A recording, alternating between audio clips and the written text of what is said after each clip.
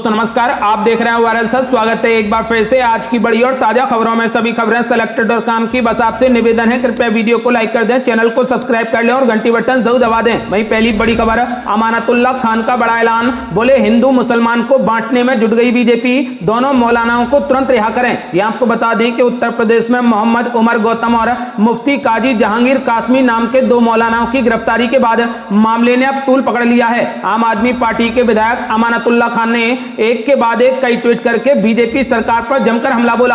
अमानतुल्लाह खान ने कहा कि बीजेपी हिंदुस्तान का माहौल बिगाड़ना चाहती है। उन्होंने कहा कि गैर संवैधानिक तरीके से गिरफ्तार किए गए इन लोगों को जल्द से जल्द रिहा किया जाए। अमानतुल्लाह खान ने कहा कि उत्तर प्रदेश में आगामी विधानसभा चुनाव को देखते हुए बीजेपी गैर संवैधानिक तरीके से साम दाम दंड भेद की नीति अपनाकर अपनी डूबती नैया पार लगाना चाहती है। बीजेपी सरकार कानून और संविधान का गलत इस्तेमाल करना बंद करे और गैर संवैधानिक तरीके से गिरफ्तार किए गए लोगों को जल्द से जल्द रिहा करे। आपको बता दें कि अमानतुल्लाह खान ने एक के बाद एक ट्वीट में कहा कि मौलाना उमर गौतम और मुफ्ती जहांगीर साहब की गिरफ्तारी असंवैधानिक है। बीजेपी उत्तर प्रदेश में होने वाले चुनावों को देखते हुए हिंदू और मुसलमान को बांटने में जुट गई है और संवैधानिक मूल्यों की धज्जियां उड़ा रही है। बीजेपी के इस रवैये को किसी भी कीमत पर बर्दाश्त नहीं किया जाएगा।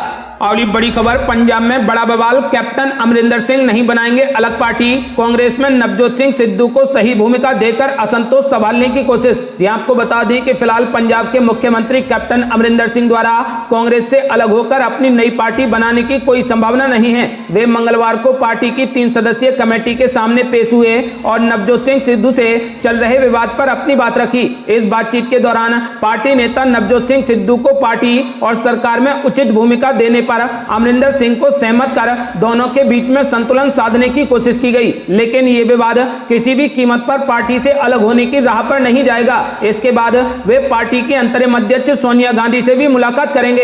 अगली बड़ी खबर, पार्टी में बड़ी टूट को लेकर चिराग पासवान का छल का दर्द। कहा चीजों को सुलझाने में बीजेपी की चुप्पी आहत करती है। ये आपको बता दें कि लोक जनशक्ति पार्टी यानी एलजेपी में चल रही सियासी खींचतान के बीच आज चिराग पासवान का एक बार फिर से दर्द छलका है। चिराग पासवान ने इस बार बीजेपी को लेकर अपनी उम्मीदों को बयां किया। चिराग पासवान ने कहा कि बीजेपी से संबंध एक तरफा नहीं रह सकते। अगर मुझे घेरने का प्रयास किया गया तो मैं सभी संभावनाओं पर विचार करूंगा। चिराग पासवान ने पीटीआई भाषा को दिए एक इंटरव्यू में कहा कि उनके पिता रामविलास पासवान और वह हमेशा प्रधानमंत्री नरेंद्र मोदी तथा भाजपा के साथ चट्टान की तरह खड़े रहे, लेकिन जब इन कठिन समय के दौरान उनके हस्तक्षेप की उम्मीद थी तो भगवा दल साथ नहीं था। आपको बता दें कि चिराग पासवान ने साफ कह दिया है कि बीजेपी की चुप्पी मुझे आहत भरी है। और ये बड़ी खबर, खूबसूरत सांसद नुसरत जहां की लोकसभा सदस्यता रद्द करने की मांग। बीजेपी सांसद ने कहा कि मतदाताओं को दिया धोखा। यह आपको बता दें कि पश्चिम बंगाल की बसीरहाट सीट से तृणमूल कांग्रेस की सांसद नुसरत जहां की शादी का मामला अब लोकसभा तक पहुंच गया है। बीजेपी की सांसद संघमित्रा ने लोकसभा स्पीकर ओम बिरला को चिट्ठी लिखकर नुसरत जहां की लोकसभा सदस्यता रद्द करने की मांग की है। बीजेपी सांसद संघमित्रा ने नुसरत जहां पर अमर्यादित आचरण का बड़ा आरोप लगाया है। संघमित्रा ने चिट्ठी में कहा कि नुसरत जहां ने लोकसभा सदस्य के रूप में शपथ के दौरान अपने नाम का उच्चारण नुसरत जहां रूही जैन के तौर पर किया था। लोकसभा की वेबसाइट पर भी नुसरत जहां के पति का नाम निखिल जैन लिखा है। मुख्यमंत्री ममता बनर्जी उनकी शादी के रिसेप्शन में शामिल हुई थी। किसी को भी नुसरत के निजी जीवन में दखलंदाजी नहीं करनी चाहिए, लेकिन उनके हालिया बयान का मतलब है कि उन्होंने जानबूझकर संसद को गलत जानकारी दी, उन्होंने मतदाताओं को धोखा दिया है। संघमित्रा ने आरोप लगाया कि नुसरत जहां ने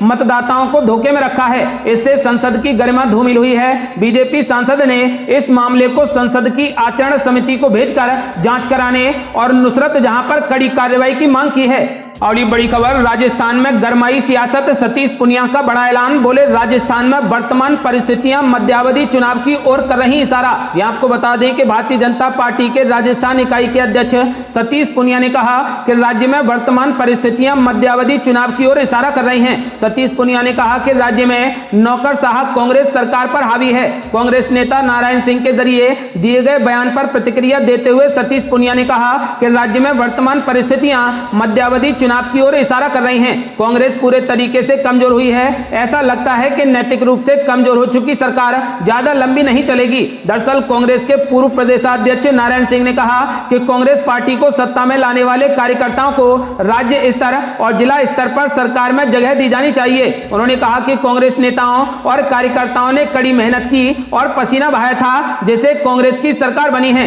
आपको बता दें कि सतीश पुनिया ने कहा, ऐसा लगता है कि राजस्थान में जल्द ही सरकार गिरेगी और दूसरी सरकार बनेगी। और बड़ी खबर, पश्चिम बंगाल में चुनाव के बाद हुई हिंसा की शिकायतों पर होगी जांच, मानवाधिकार आयोग ने समिति का किया गठन। यह आपको बता दें कि राष्ट्रीय मानवाधिकार आयोग यानी NHRC ने कलकत्ता हाईकोर्ट के आदेश के बाद पश्चिम बंगाल में चुनाव के बाद की हिंसा की जांच के लिए एक समिति का गठन कर दिया है। पश्चिम बंगाल में मार्च अप्रैल में कई चरणों में हुए चुनाव के बाद वहां हिंसा भड़क उठी थी। मानवाधिकार आयोग ने बयान जारी कर कहा कि इसके अध्यक्ष न्यायमूर्ति अरुण मिश्रा ने एक समिति का गठन किया है जो पश्चिम बंगाल में चुनाव बाद हिंसा की शिकायतों पर कलकत्ता हाईकोर्ट के आदेश के मुताबिक जांच करेगी। इससे पहले कलकत्ता हाईकोर्ट ने पश्चिम बंगाल सरकार की एक याचिका खारिज कर दी थी, जिसमें इसने मानवाधिकार आयोग से कथित मानवाधिकार उल्लंघन की घटनाओं और चुनाव बाद की हिंसा की जांच के सभी मामले वापस लेने का आग्रह किया था। समिति के अध्यक्ष मानवाधिकार आयोग के सदस्य राजीव जैन होंगे। आपको बता दें कि अधिकारियों ने बताया कि ये उन मामलों की जांच करेगी जो NHRC में समक्ष आई हैं या फिर जिस बारे में आयोग से शिकायत की जाएगी। आपको बता दें कि फिलहाल चुनाव के बाद पश्चिम बंगाल में काफी हिंसा उड़की थी। उसके बाद अब पश्चिम बंगाल में जांच के लिए कमेटी का गठन कर दिया गया। और ये बड़ी खबर, बीजेपी सांसद ने की बंगाल के विभाजन की मांग, कहा इन जिलों को मिलाकर अलग जंगल महल राज्य बना दिया जाए। ये आपको बता दें कि बीजेपी सांसद जॉन बारला द्वारा उत्तर बंगाल के जिलों को मिलाकर अलग केंद्र शासित प्रदेश बनाने की मांग करने के कुछ दिनों के बाद उनकी पार्टी के सहयोगी सौमित्र खान ने राज्य के जंगल महल और आसपास के इलाकों के लिए इसी तरीके की मांग की है। बहरहाल बारला की तरह खान की मांग को पार्टी के राज्य नेतृत्व ने मंजूरी नहीं दी और स्पष्ट रूप से कहा कि वह बंगाल के विभाजन के पक्ष में नहीं है।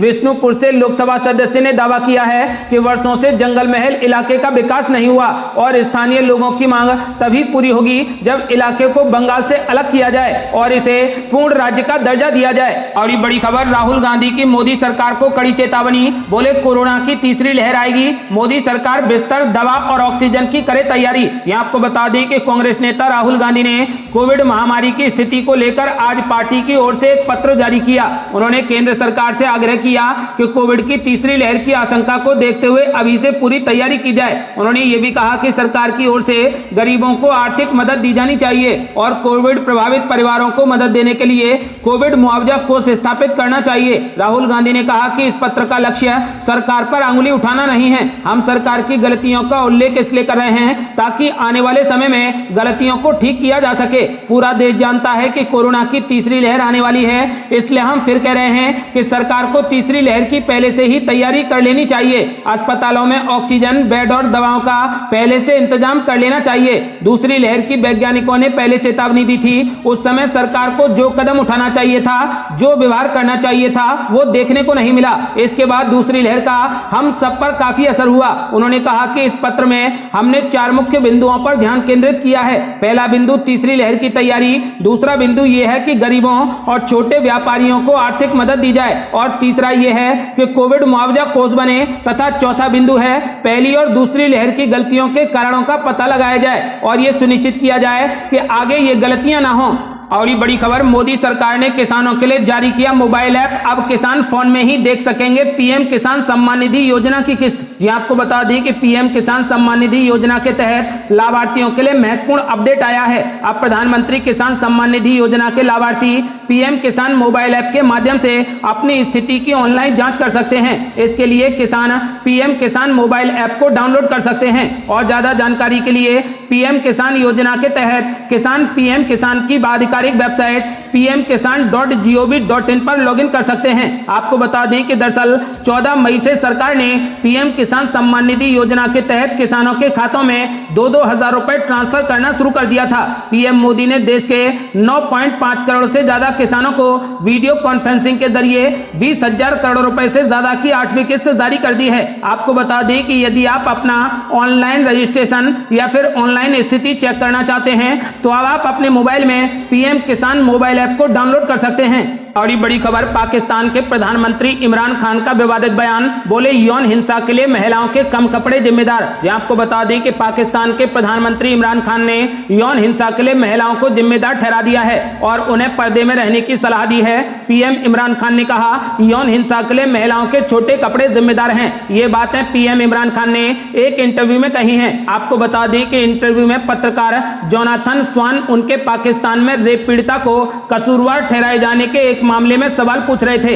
इस पर इमरान खान ने कहा कि अगर कोई महिला बहुत कम कपड़े पहनती है तो इसका असर मर्दों पर पड़ता है। अब वो रोबोट नहीं है, ये कॉमन सेंस है। हालांकि उन्होंने कहा कि मैंने रेप पीड़िता पर कभी भी कोई भी टिप्पणी नहीं की, बल्कि मैंने सिर्फ इतना कहा कि पर्दे की व्यवस्था समाज में लुभाए जाने से बचने के लिए है। एक अन्य सवाल के जवाब में पीएम इमरान खान ने कहा कि पाकिस्तान में ना ही डिस्को है और ना ही नाइट क्लब है। यहाँ बिल्कुल अलग समाज है जहाँ जीने का अलग तरीका है। अगर आप यहाँ पर प्रलोभन बढ़ाएंगे और युवाओं को कहीं जाने का मौका नहीं होगा तो इसके कुछ ना कुछ परिणाम तो सामने आएंगे ही। आपको बता दें कि पाकिस्तान के पीएम इमरान खान के इस बयान की दुनिया भर में चर्चा हो रही है। पाकिस्तान में विपक्षी दल उनकी आलोचना कर रहे हैं और उनके बयानों को महिलाओं के खिलाफ बता रहे हैं। पाकिस्तान मुस्लिम लीग की प्रवक्ता मरियम औरंगजेब ने इमरान को बीमार और महिला विरोधी करार दिया है। ये थी अब तक की बेहद बड़ी खबरें। यदि आप भी चाहते हैं कि भारत जल्द से जल्द कोरोना मुक्त हो जाए तो इस वीडियो को लाइक कर अपनी राय हमें कमेंट बॉक्स में जरूर दें। यदि आपने अभी तक हमारे चैनल को सब्सक्राइब नहीं किया है तो कृपया चैनल को सब्सक्राइब कर घंटी बटन जरूर दबा दें। जल्दी मिलते हैं बड़ी अपडेट के साथ, तब तक के लिए जय हिंद, जय भारत।